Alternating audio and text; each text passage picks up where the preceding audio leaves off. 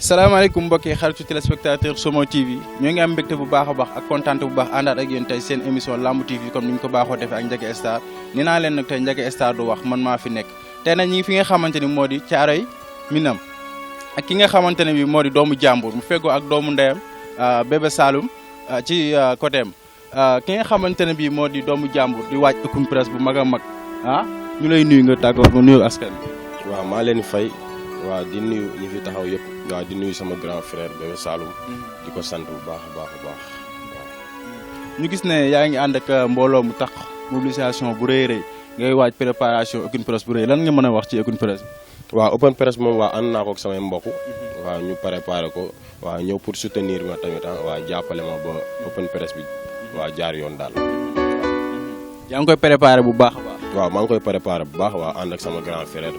Bébé Saloum waaw di ko sant bu baax tamit ndax dafa def déplacement bu am solo te loolu yombul daal waaw.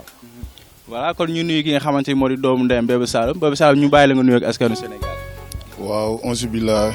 ina waali yàllaaw ginnaaw bu ñu sant yàlla julli ci yonent bi sant suñuy waajur di yërëm suñu ndey fa mu tëdd ak ndey yam fa fekk ak yoo ko fa fekk yàlla na sama borom boole dugal àjjana waaw kii suñu rakk bopp la ba mënuñu wax ci moom lu bari lu dul ñaanal ko waaw bis bi wane na boppam avant tout maa ngi koy ñaanal cat bañ ko jiitu ci li mu bëgg rek waaw. maa ngi koy ñaanal ci li mu sóobu cat bañ ko jiitu ba tey mbokk yi ni ma leen ko waxee ñu ngi fii nga xamante ni moo di Caaroy Minam ànd ak ki nga xamante ne bi moo di doomu jàmbur mu war a def open press bu rëy rëy macha allah gis nañ mbooloo mi ni mu takkoo doomu ndey bu ñu bëggoon xam lan nga ñu mën a wax ci préparation open press bi. waaw comme li ma wax sànq rek waaw ànd nañu ak samay mbokk waaw ñu ñëw jàpp si bu baax a baax fans club bi yëpp waaw sama mbokku mbër yi tamit waaw jàpp nañ si bu baax a baax waaw ndax lépp rek bëgg mu taaru daal waaw. noo koy waajalee nan nga koy waajalee exactement wax ñu noo ñuy waajalee open press. waaw open press waaw comme yeneen open press yi rek waaw comme ñun ay ndaw lañ te bii mooy suñu première. waaw mooy sa première open press. mooy suñu première. ak Somo TV. ak Somo TV waaw di ko waajal bu baax tamit waa bëgg see ànd ak Somo TV rek waaw dem sa kanam incha allah. waaw nee naa leen Somo TV ak open press du yomb yéen mbëri yi nga xamante ne bi yéen a ngi suivre seen télévision bi nga xamante ni moo di Somo TV gaaw ngeen abonné li nga xamante ni moo di Somo TV nee naa leen Somo TV nekkalu fi leneen lu dul mbëri yi rawatina Lamb TV gaaw ngeen abonné ci chaîne bi nga xamante ni moo di Somo TV lépp li nga xamante ne bi moo di ay histoire u lamb dinañ ko waxtaan ak Ndiaga Star doom ndey ñu gis ne tey yaa ngi ñëw ànd ak say yeneeni mbër say raq say jarbaat ñëpp nekk ay mbër nga nekk sa ginnaaw sawaay yëg-yëg boobu lan la sa diggante ak moom. waaw yëg-yëg boobu noonu dañ koy sante suñu ay papa ak suñu ay nijaay ku ci mel ni Jimboor yi ak Marle ak ñoom suñu staff bi yëpp rek parce que école lit Jimboor yi ñoo bokk ndey ñoo bokk baay xam nga ni booy bi nii toppul ci suma tofo te dégg nga léegi bi mu duggoo li ma wax loolu doo bokk ndey bokk baay moo waral loolu moo waral ko affaire bi rek te gisagoo dara ba eggagoo ci public bi ñii sumay rakk lañ ku ci xewle dama war a nekk sa ginnaaw parce que loolu la ma samay mag defal sumay mag noonu lañ ma defal xaalal ma yoon ñoom it dama leen di xaalal yoon ñu nekk ci li ñu war a nekk parce que lamb da koo yaakaar moo ko yeneen boo yu am talent yu ne ci équipe bi waaw moo tax ay doomu ndayam ay mbokki mbërëm ñëw taxawu ko ndax gis nekk sa bis nga am te ginaar kenn du ko xebal boppam na moo koy rey bisam rek la am bokk ko jàppale nga ko ci li mu bëgg daal moo tax ñu ànd ak moom ci incha allah dañuy ànd ak moom bala set mu am ndam ci kàttanu yàlla. dañuy ànd ak moom bala set incha allah ñu mu am ndam bu soobee yàlla nooy waajalee li nga xamante ni moo di la set nan nga koy waajalee doomu jàmbur. waaw chaque jour rek waaw àndaat ak samay mbokk waaw ku si mel ni père Jimboori père Marle Baara waaw ak père Oussas maa ngi koy nuyu bu baax tamit moom tamit waaw di si préparé bu baax nag waaw ànd ak samay mbokku mbër waaw ñu teg ma yu métti waaw ñu teg nañ ma yu métti yoo xamante ni daal am nañ yaakaar ni dinañ si am ndam daal si kàttanu yàlla. lan ngay wax waa Sénégal ak fans yi nga xamante ne bi ñoo ngi taxaw di xaar victoire bi nga xam ne war nga koo am ba set. waaw di si woowaat sama fans yëpp rek waaw di laaj mobilisation bu am doole ndax li yombul daal li yombul te wax dëgg samay am di jàmm ñu ngi waajal combat bi te am nañ yaakaar ni dinañ def mobilisation bu am doole nag incha allah. léegi ñu mel noonu ñu ngi ci biir open press kon defe naa ne dina riche kon Somo TV da nga may topp mu ànd ak ki nga xamante ni moo di doomu jàmbur yu dem si open press xool lan la indi tey ak lan lay wax askan wi ay cee ñu dem.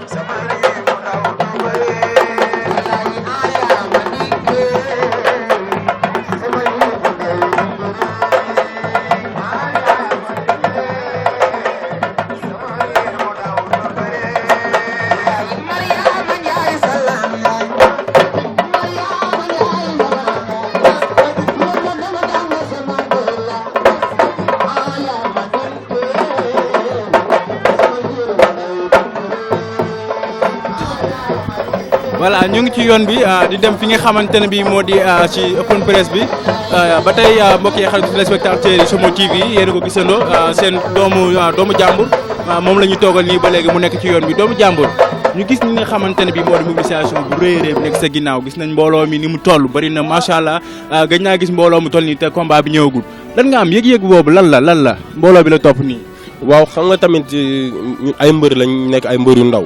te amuñu tamit lu dul lii ndax nit ki tamit ni nga ko jàppee rek noonu la lay jàppee yaakaar naa te ñun comme ay mbër yu ndaw lañ tamit waaw sekk ak nit ñi jàmm ak salaam ba nga xamante ni bu ñu jugee ñëpp jug ndax yaakaar naa ñoom it ku xewle waaw di nga ma gis tamit te yaakaar naa man tamit bu ma xewle waaw dinaa leen gis loolu la daal. maanaam kon yaa leen ko ji daal seen diggante la yi nga xamante ne bi seq nga ko ak ñoom. waaw am na ci lu ma def nag mais am na ci loo xam tamit yàlla la. waaw am na ci loo xamante ni yàlla la waaw delloowaat ko rek ci loxo yàlla daal. waaw di leen wax ni tamit lii nekkagul dara sax lii nekkagul dara incha allah buñ demee ba fële dinañ gis daal. gis nga ne mbooloo bi bari na trop macha allah ñi topp sa ginnaaw daw na yaram trop loolu ban yëg-yëg nga ci am lan la def ci yow. waaw am na yëg-yëg waaw yëg naa ci gis naa ci sama bopp am naa ci yëg-yëg tamit ndax li yombul daal li yombul nga déplacer ay grand frère waaw ñëw teewal la ci benn xale bu ndaw waaw loolu yombul daal loolu yombul mais sant yàlla daal sant yàlla rek. ak ñi nga xamante ne ñi ngi lay xaar ci open press ba ñoo gën a nekk ay kilifa nekk ay mbër yu mag champion yu mag ñu bëree bëri xam leen dëkk fi nga xamante ni moo di Guédiawaye def mobilisation bu rëy a rëy war a ànd ak yow li nga xamante ni moo di open press bi kon defe naa ne kon jour combat ba du yomb. waaw jour combat du yomb nag. ndax grand yi moom samay xarit lañ. samay grand lañ tey dañ maa yéene nañ ma jàmm. waaw te ñun amuñ lu dul ñoom. amuñ lu dul ñoom lépp lu ñuy def rek dinañ leen si woo. ñu ñëw taxawuñu waaw loolu daal lañ am incha allah. sa première open press yaa ngi koy doog a def tey jii Somo TV ñëw. lan nga leen di wax télévision Somo TV. waaw di leen si sant tamit di leen sant ndax lii yombul tamit si mbër bu ndaw. ngeen def déplacement tamit waaw ñëw jàppale ma tamit loolu yombul. waaw mais maa leen si sant bu baax a baax di wax ni c'est la première fois mais dina am naa si yaakaar ne daal dina yéeme daal incha allah. c'est la première fois am na ci yaakaar ne dina yéeme Somo TV ak mbër yi Lamb TV du yomb ay ca ñu dem.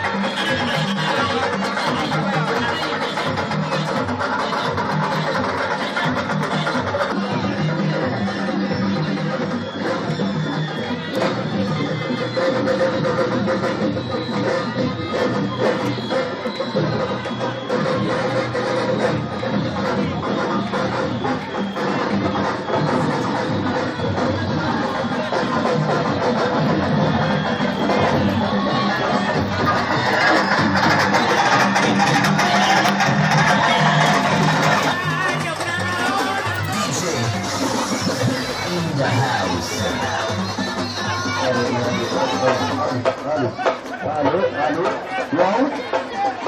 kooku mooy seet si oto bi doomu jàmbur la suuf nañu bàcc loxo yi yéexee ko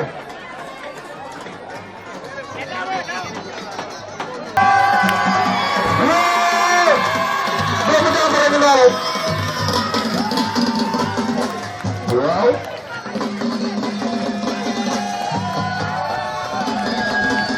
alhamdulillah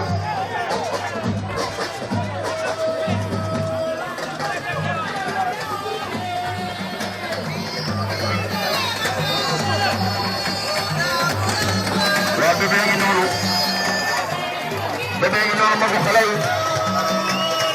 magu doomu jàmbur ngi noonu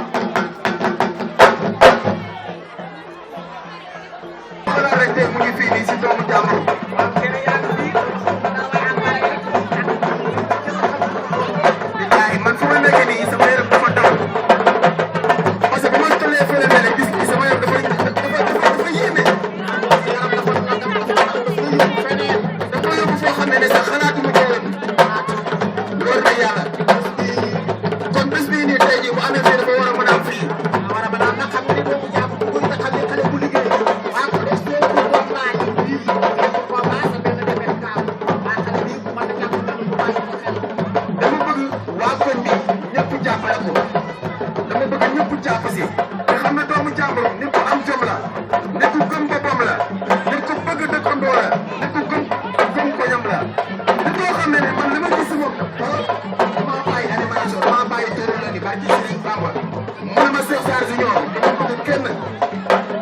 dama bëgg que lépp loo ko jàpp rek dafa bëgg nga ñëw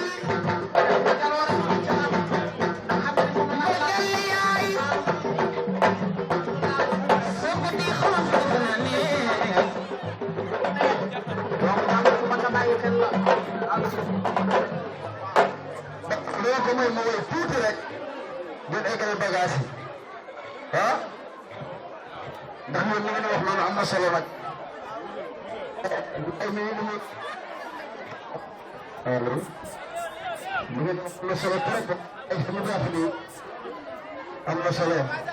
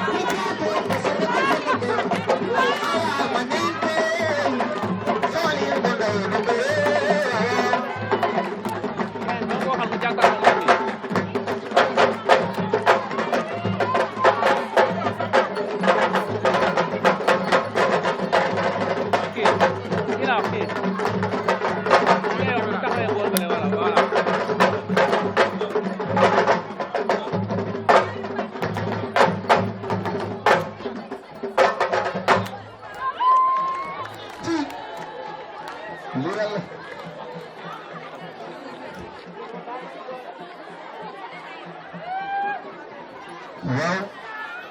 waaye nag le 21 juillet Modou Mbaye moo woote di bisam sa tëli karam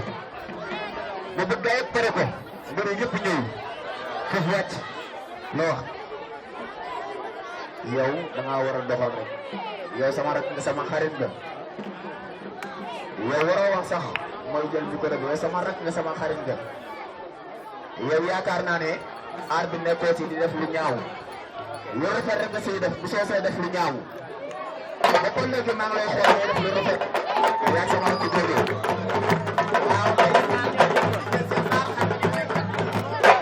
yaa ko ne xamee tey ji yaram daw na ku ne xamee ne tey ji yaram daw na tey ji mën nañu wax lu nekk lu ne tey ji mën nañ ko wax parce que tey ji nii ku ne xam ne tey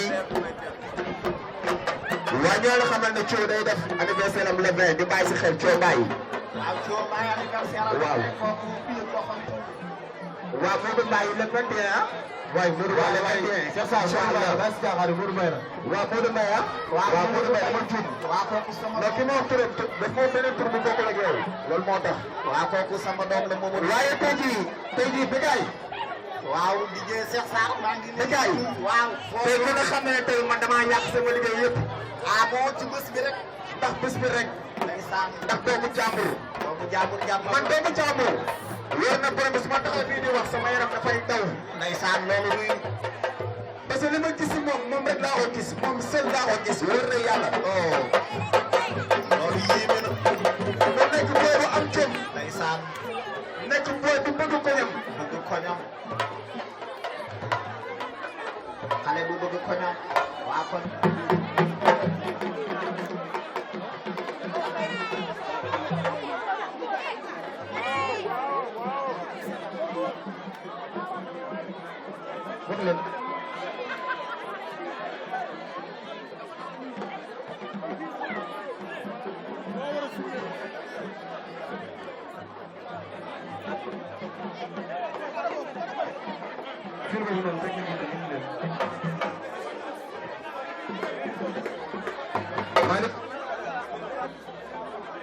Tey suñu sant la ñuy woote.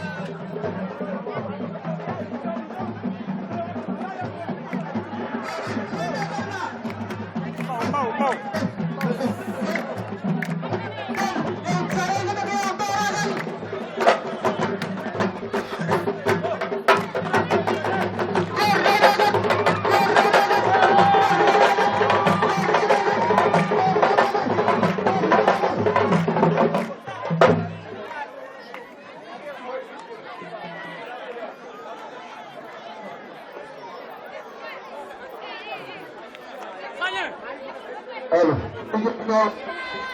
waaye dama fa seen guy gi ak caat guy gi doomi ndey caat ak musique numéro 2 Seydou Ndiaye waaw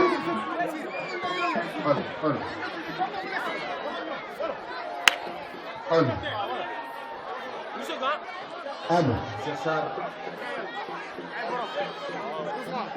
Samba yane nga lamb sajina Samba yane nga lamb sajina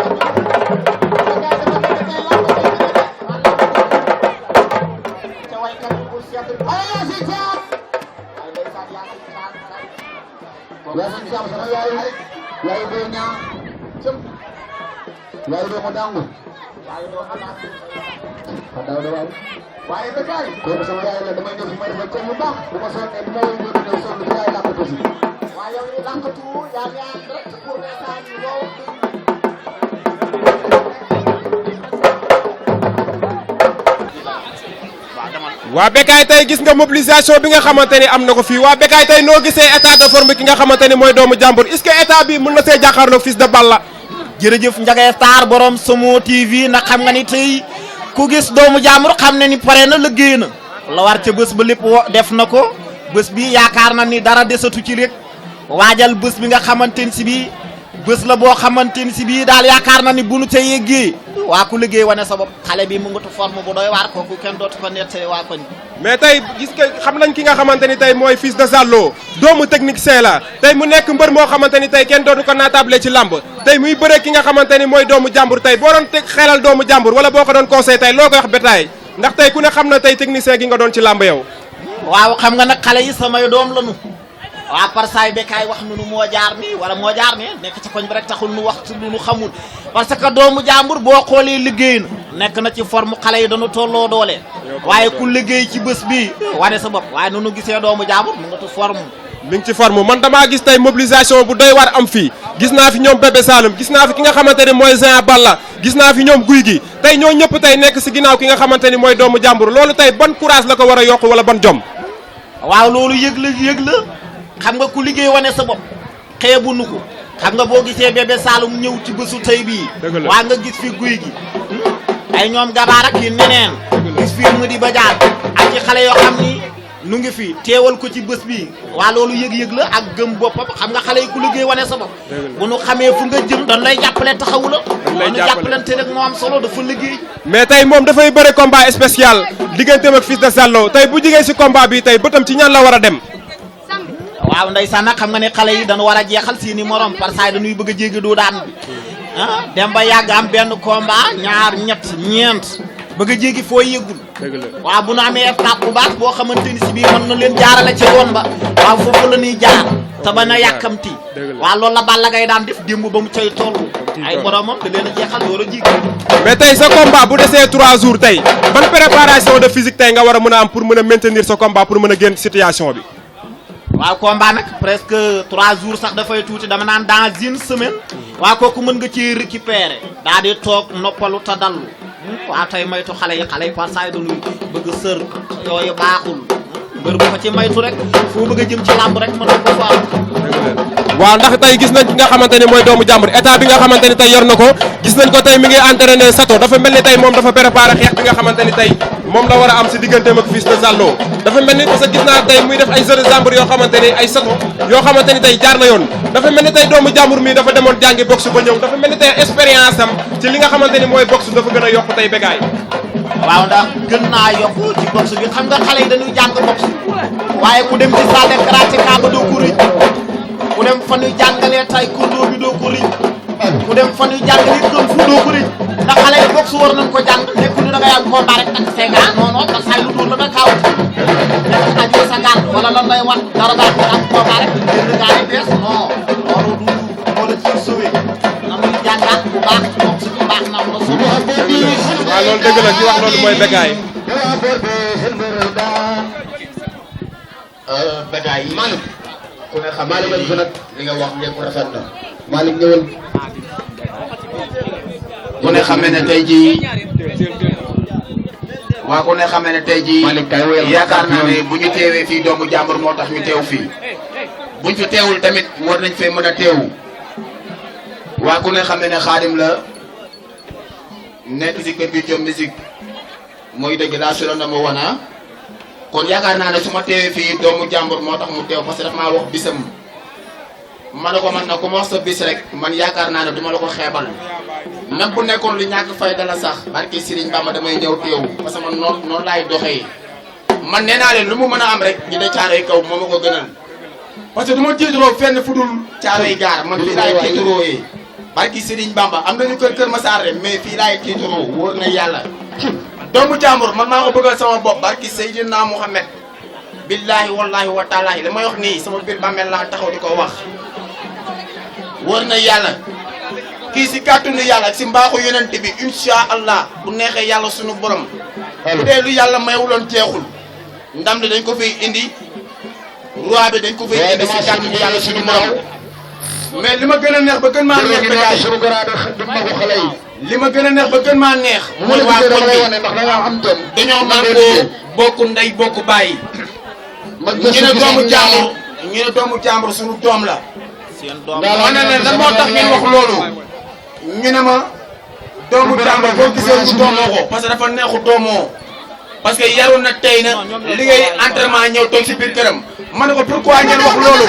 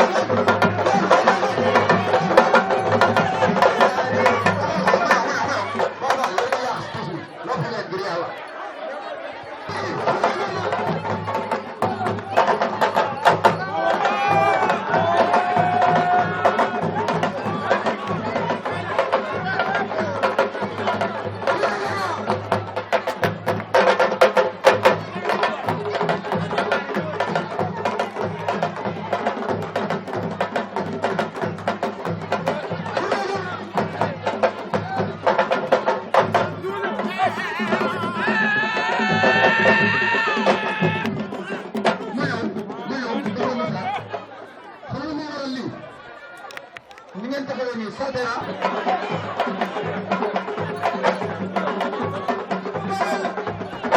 mu ñëw basa basa waaw defal leen seen taxawaay bi ngir yàlla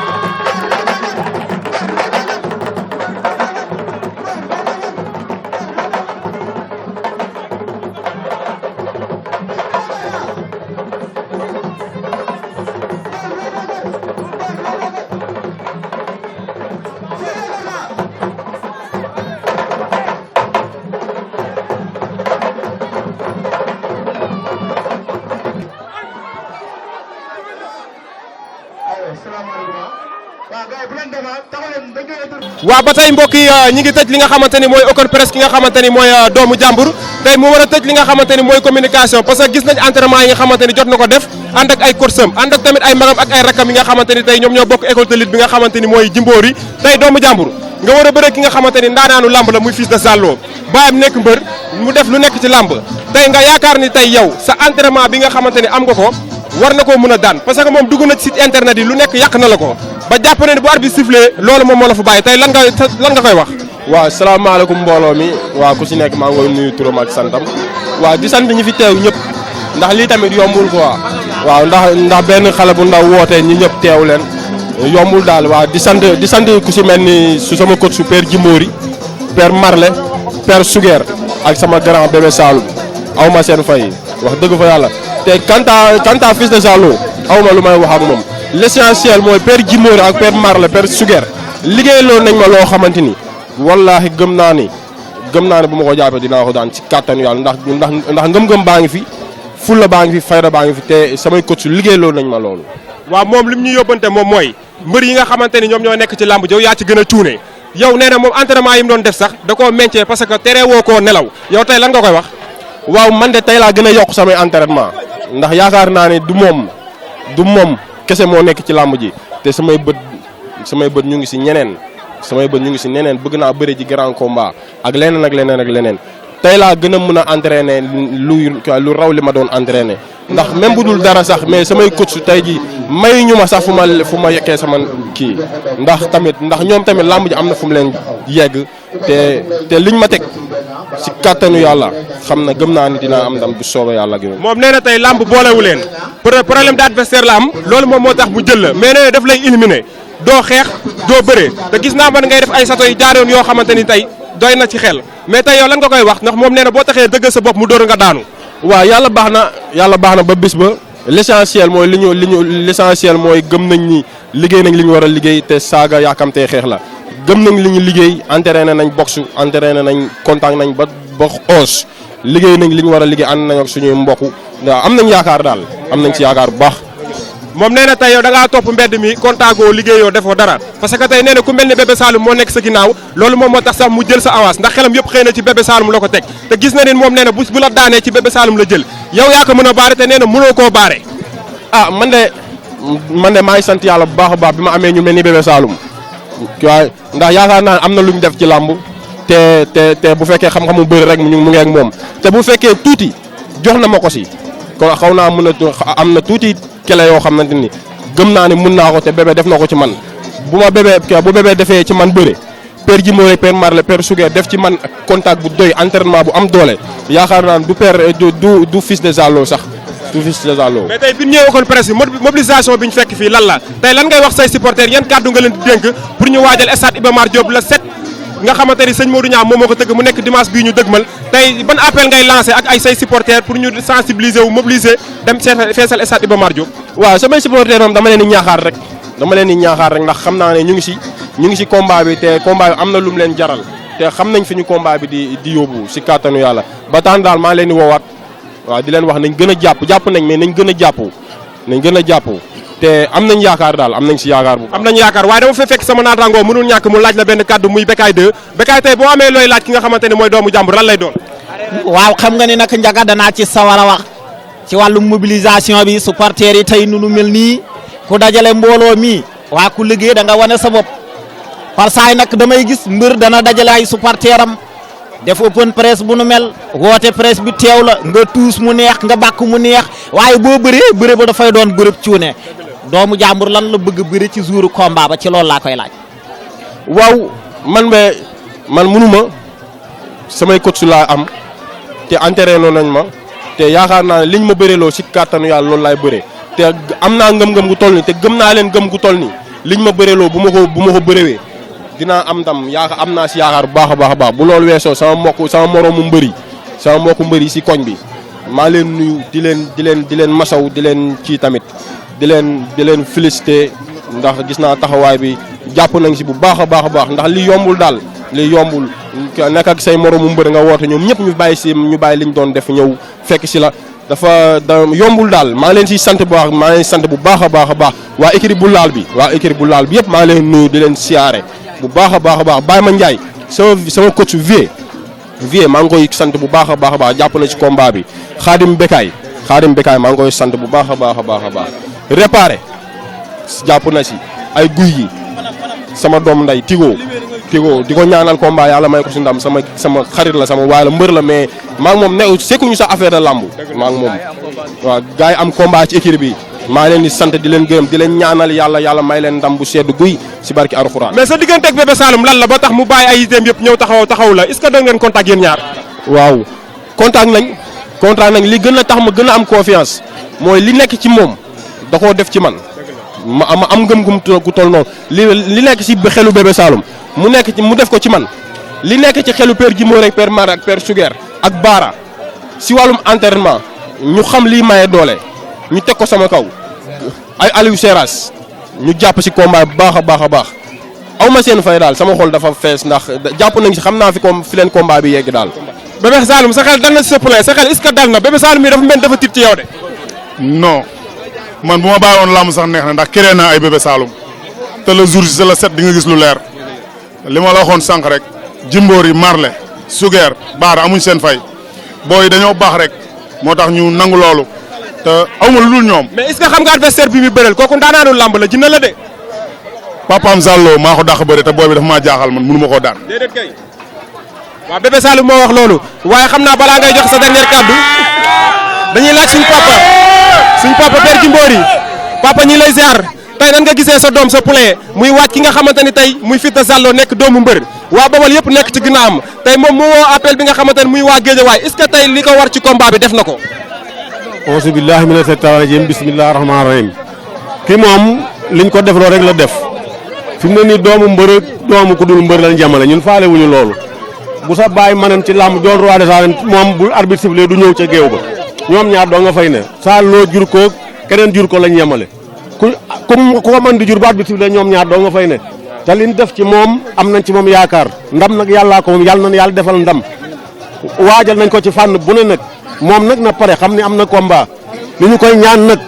amul wër-wërloo amul jéggi amul dem côté amul dem gauche arbitre sifflé dañu xeex daje jàppante bëre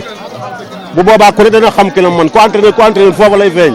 waaw ki entraîné wul ki entraîné wul foofu lay feeñee kii wax loolu mooy suñu père Djimbori xam naa dañ lay jox nga wax sa dernier kaddu wax ñi ngay woo tamit ñu bëgg ñu jàpp si ndax xam naa ne li des si combat bi bëreetul le 7 juillet la dimanche fële see stade Iba Mar Diop sëñ Modou Niang moom moo ko tëgg sa dernier kaddu lan lay doon. waaw balaa maa def sama dernier kaddu nag dafa am loo xam ne faw mu am muy sama père Marley foog ñu jox ko kaddu moom foog mu kii si père. waaw père Marley dégg nga li mu wax yaa koy tontu.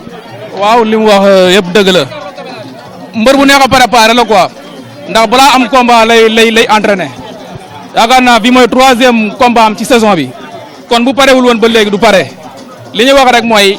liy nelaw ci moom nga xam ne jour combat bi la war a yeewu yàlla na ko yàlla yee bu fekkee Fils de Zalo doomu mbër la wala mën na bëre le 7 dina leer quoi incha allah parce que ñun xam nañ li ne ci moom. du Fils de Zalo la war a bëreel. seen xel dal na ci moom. dal na ci moom parce que lim entraîné doy na quoi moom nekkul da bàyyi ba am combat soog a entraîné préparé na lu yàgg avant ba saison bi commencé ba léegi mi ngi entraîné kon pare na bu parelul ba léegi du pare quoi Fils de Zalo amul problème mën na bëree d'accord waaye ba arbitre sifflé wàccee loxoom quoi incha allah que le meilleur gagne incha allah yàlla na ci yàlla may ndam. waaw loolu jërëjëf léegi sa dernier kaddu lan la li nga xamante ni moom ngay wax ñi nga xamante ni ñooy say supporters say am di jàmm ak say fans lan la. waaw di santaat waa koñ bi di siyaaraat waa koñ bi di leen santaat bu baax a baax wax dëgg fa yàlla aw ma seen fay ndax lii tamit yombul daal xale bu ndaw woote ñi ñëpp génn yombul maa leen si sant bu baax a baax waa koñ bi yëpp waaw di woo nag samay mbokk ñu ñëw jàpp si combat bi di woo autorité yi waaw ku si mel ni Lamine Gueye coordonnateur parti de la valeur bu Pikine maa ngi koy woo si combat bi di ko wax na si jàpp bu baax a baax waa El Hadj Diaby di ko siyaaraat bu baax di ko woo si combat bi di woo waa autorité yëpp sama ndongo maa ngi koy woo di sant sama mag sama xarit Sali bu Ada maa ngi koy sant di sant bu baax sama yaay sama papa sama maam Talla Ndoye maa ngi koy sant bu baax waa koñ bi yëpp daal ku si nekk ku lim rek day juum mais maa ngi leen di sant bu baax a baax waa koñ bi samay supporters yëpp di leen woowaat si combat bi di leen wax nañ ñëw jàppale seen mbër mu dem am ndam si kaw Fils de Zalo Caaroy gépp waa usine ndox bi fi may entraîné aw ma seen fay da nga si jàpp bu baax waa calcio bi yëpp waaw mention spéciale nag Rahman maa ngi koy sant bu baax a baax di ko sant di ko gërëm sama moromu mbër yi tamit maa ngi leen nuyuwaat di leen siyaaraat di leen santaat bu baax a baax kon jërë ngeen jëf mbokk yi kii di nekk si waxukaay bi mooy Ndiaga Star tey émission Lamb TV dafa ñëwoon fii nga xamante ni mooy